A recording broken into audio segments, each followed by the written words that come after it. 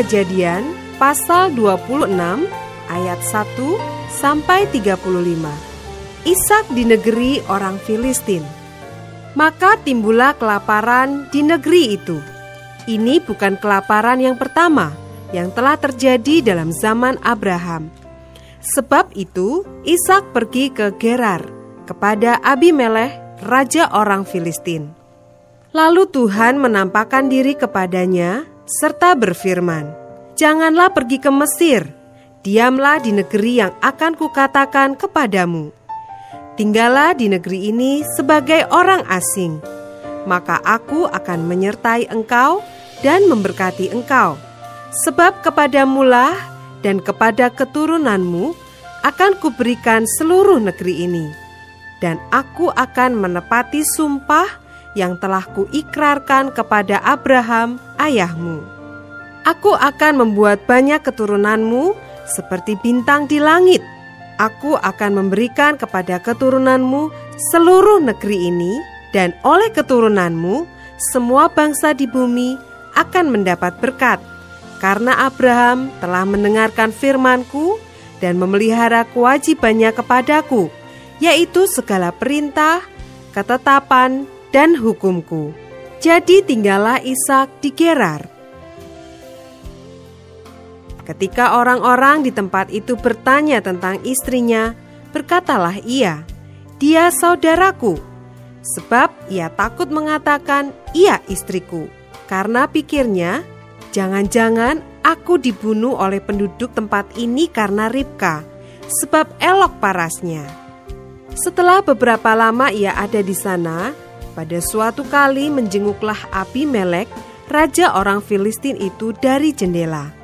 Maka dilihatnya Ishak sedang berjumbu-jumbuan dengan Ribka istrinya.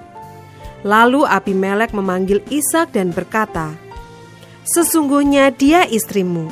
Masakan engkau berkata dia saudaraku?" Jawab Ishak kepadanya, "Karena pikirku, jangan-jangan aku mati karena dia." Tetapi Abimelek berkata, "Apakah juga yang telah kau perbuat ini terhadap kami?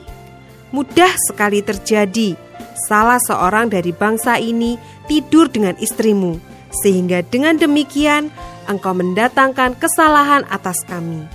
Lalu Abimelek memberi perintah kepada seluruh bangsa itu, "Siapa yang mengganggu orang ini atau istrinya, pastilah ia akan dihukum mati."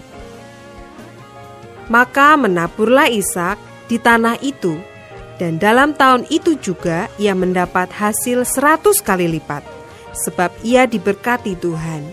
Dan orang itu menjadi kaya, bahkan kian lama kian kaya, sehingga ia menjadi sangat kaya. Ia mempunyai kumpulan kambing domba dan lembu sapi, serta banyak anak buah, sehingga orang Filistin itu cemburu kepadanya. Segala sumur yang digali dalam zaman Abraham ayahnya oleh hamba-hamba ayahnya itu telah ditutup oleh orang Filistin dan ditimbun dengan tanah.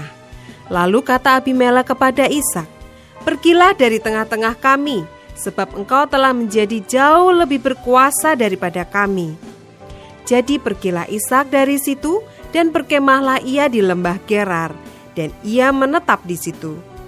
Kemudian Ishak menggali kembali sumur-sumur yang digali dalam zaman Abraham ayahnya, dan yang telah ditutup oleh orang Filistin sesudah Abraham mati. Disebutkannya lah nama sumur-sumur itu menurut nama-nama yang telah diberikan oleh ayahnya. Ketika hamba-hamba Ishak menggali di lembah itu, mereka mendapati di situ mata air yang berbual-bual airnya. Lalu bertengkarlah para gembala Gerar dengan para gembala Ishak. Kata mereka, "Air ini kepunyaan kami." Dan Ishak menamai sumur itu Esek, karena mereka bertengkar dengan dia di sana.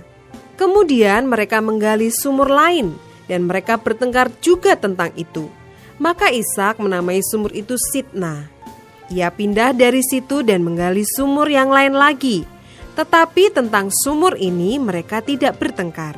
Sumur ini dinamainya Rehobot, dan ia berkata, "Sekarang Tuhan telah memberikan kelonggaran kepada kita, sehingga kita dapat beranak cucu di negeri ini." Dari situ ia pergi ke Bersyeba. Lalu pada malam itu Tuhan menampakkan diri kepadanya serta berfirman, "Akulah Allah ayahmu Abraham. Janganlah takut, sebab aku menyertai engkau. Aku akan memberkati engkau dan membuat banyak keturunanmu karena Abraham hambaku itu." Sesudah itu Ishak mendirikan mezbah di situ dan memanggil nama Tuhan. Ia memasang kemahnya di situ. Lalu hamba-hambanya menggali sumur di situ. Datanglah Abimelek dari Gerar mendapatkannya, bersama-sama dengan Ahuzat sahabatnya dan Pikol kepala pasukannya. Tetapi kata Ishak kepada mereka, "Mengapa kamu datang mendapatkan aku? Bukankah kamu benci kepadaku dan telah menyuruh aku keluar dari tanahmu?" Jawab mereka, "Kami telah melihat sendiri bahwa Tuhan menyertai engkau. Sebab itu kami berkata, baiklah kita mengadakan sumpah setia antara kami dan engkau, dan baiklah kami mengikat perjanjian dengan engkau, bahwa engkau tidak akan berbuat jahat kepada kami, seperti kami tidak mengganggu engkau, dan seperti kami semata-mata berbuat baik kepadamu dan membiarkan engkau pergi dengan damai. Bukankah engkau sekarang yang diberkati Tuhan?" Kemudian Ishak mengadakan perjamuan bagi mereka, lalu mereka makan dan minum. Keesokan harinya pagi-pagi bersumpah-sumpahanlah mereka.